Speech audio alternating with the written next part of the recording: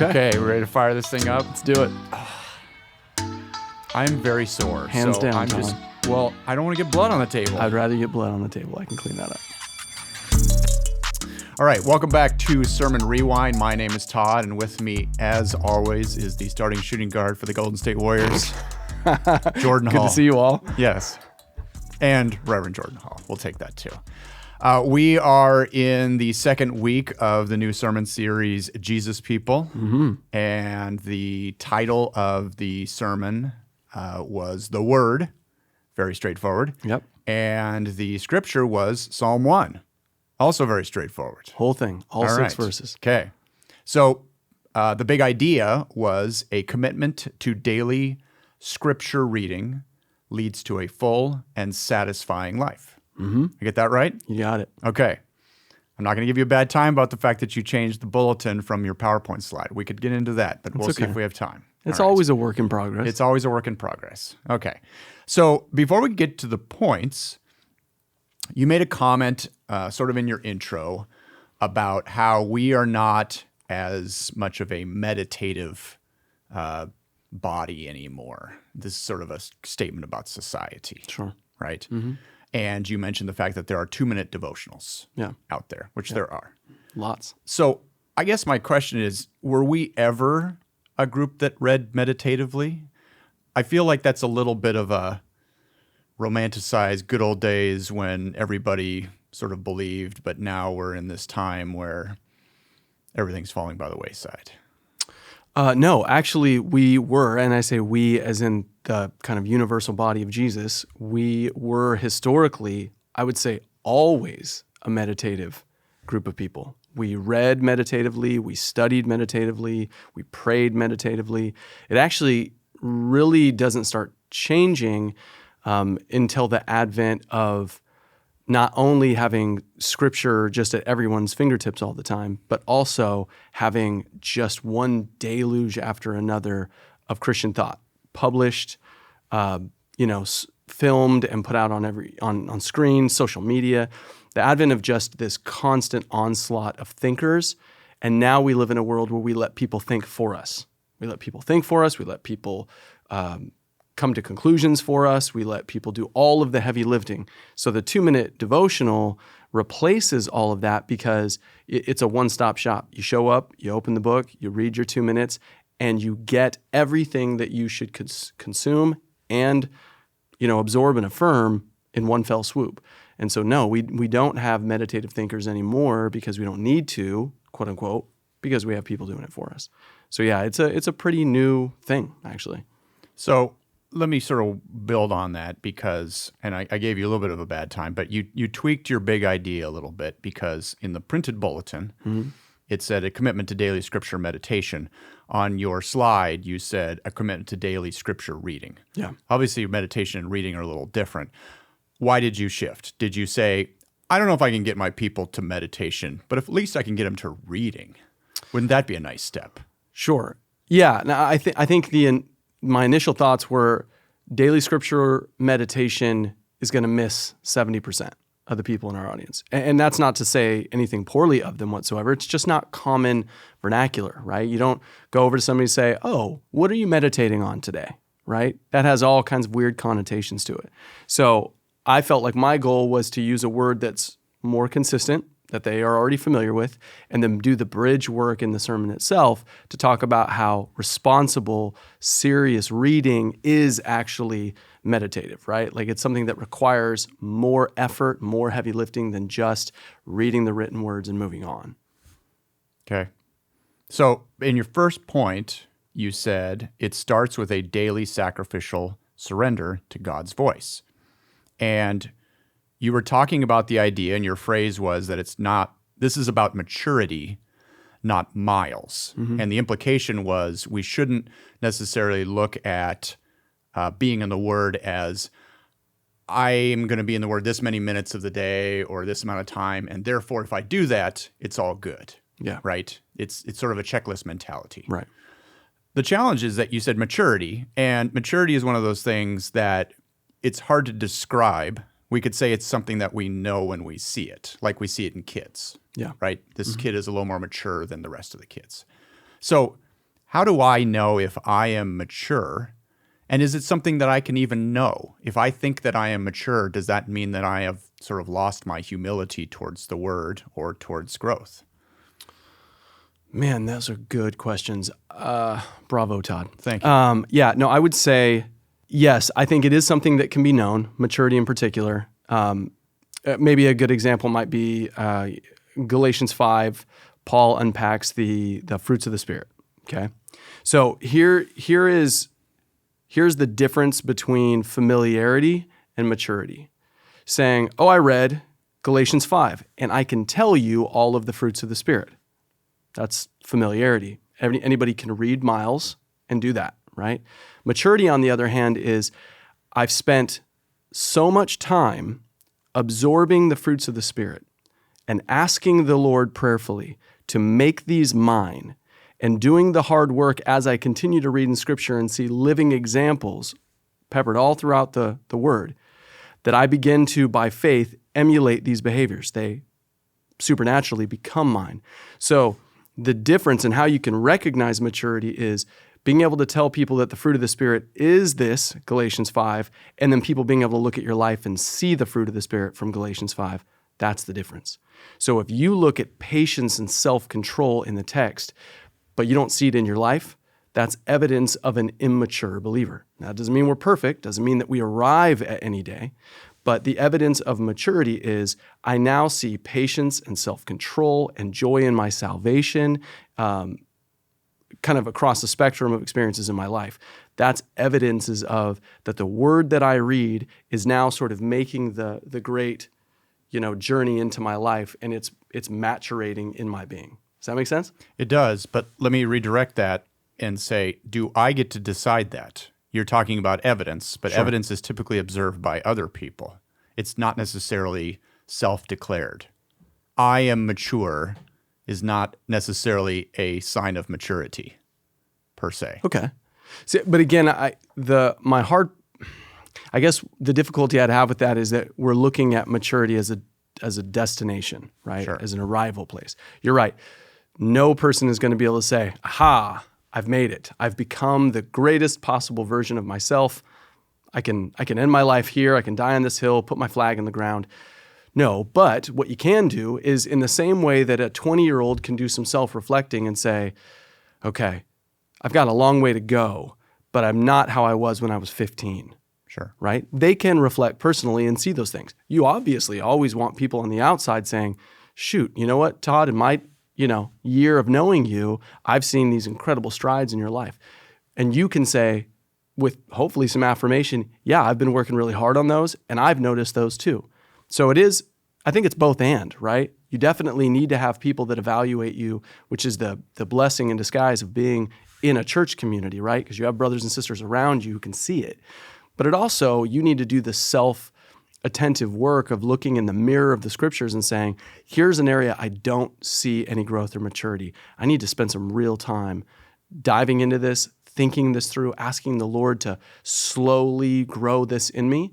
And then I'm going to check back again in 6 months and see what's changed, right? Yeah, so I think it's both. And I guess I'm asking the question because I know my own mind and I know the mind of a lot of different believers in that you're talking about, again, daily scriptural meditation or daily scriptural reading. Yep. Like in many other areas of my life, if I've reached a level of maturity or a level of proficiency in a skill set, I might say to myself, I don't need to go back and review the basics. I know a lot of this stuff, right? Yeah. So the temptation, I think, sometimes for Christians is to say, I'm good, right? I'm mature in my faith. I don't need to necessarily grind out a bunch of, devotional time, meditative time, that sort of thing. I can sort of skip straight to whatever, the upper division thinking, as it were, or maybe quality over quantity, right? So we might convince ourselves that, yeah, I'm living the life that I'm supposed to. I'm doing the things I'm supposed to do. I believe the things I'm supposed to believe. And so therefore I'm mature. But unfortunately, that also makes me sometimes unteachable by God through the basic truths of the Scripture, many of which can be revealed in so many different ways, even if I know that verse backwards and forwards. Sure. So, Okay, let me move on to your second point, which is it says it leads over time to spiritual, mental, and emotional health. And I thought about sort of unpacking all those pieces, but that could take us a lot of different directions, and I'm not necessarily going to go there today. But you were talking about how every sort of piece of seemingly good news, you have a good day, you have a good health report, that sort of thing, is inevitably followed by maybe some bad news. Right? That's life. Yeah. I had a good checkup this year, but 6 months from now, I have a bad checkup. I'm perfectly healthy today. I felt good. And then, I get hit by a car while I'm riding my bike or something like that. And that sort of takes my day in a different direction. Yeah. Right? So the question is, with that in mind, where is sort of the balance between understanding that God is in control, but also sort of living with the realities of the world? If you receive a cancer diagnosis, Yeah. can you lament? Can you be sad? Can you be frustrated? Or should you say, hooray, God has decided that he is going to use this diagnosis for his glory, even though it could mean just a miserable experience for my fragile earthly body? Where's the balance? What's the attitude? I almost think you described the balance, right? It is. I always hate to give this answer because it feels like I'm escaping without really answering, right? But it's both and. It really is. Like the whole spectrum of human emotion is appropriate. I mean, you read any of the Psalms, and David is a guy who is really, really happy, and then all of a sudden really, really bummed out. And then eventually he's really, really happy again. And I think if you evaluate Christian life from that vantage point, you get what that balance looks like. We are supposed to be transparent and vulnerable and straightforward about how we're feeling, what we're going through, all that across the board. But the difference is those who stay rooted in the scriptures, those who continually surrender to the voice of the Lord, no matter how far off track you go, our sort of general rule and practice, our point of authority and life that springs forth from those pages, that always brings us back down and settles us in a very particular way. So if it's having to endure suffering, we endure suffering because we know that we are walking hand in hand with a faithful shepherd who will eventually lead us to green pastures and still streams, right? If we are thriving in all of, what that could mean, right? If we're happy, if we've got just a great season of life and our kids are healthy and our marriage is good. And we also know that sadly, real life means that may not always be the case, right? You might get horrible prognoses. Your kids might go through some really, really tough stuff. Your marriage might really shake. But if we stay rooted in the Word, if we allow one voice to constantly narrate that scenario, we stay planted by those streams of water.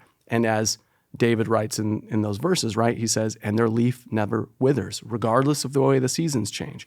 They don't die. They're not affected by ultimately the things outside of them. So it's living into real life, but staying rooted and staying continuously willing to return to that singular voice.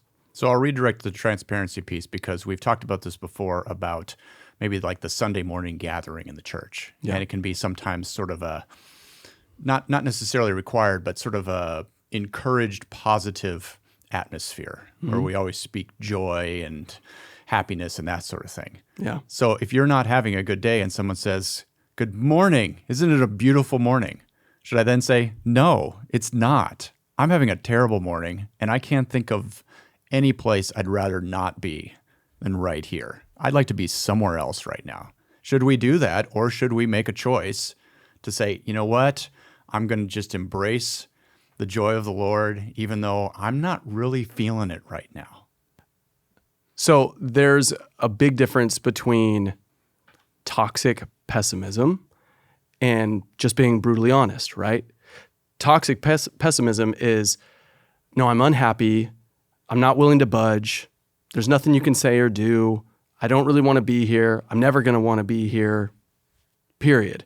And no, today doesn't seem like a great day. I'm glad the day is great for you, but I'm going through it, but I'm also here. And I want to push through this.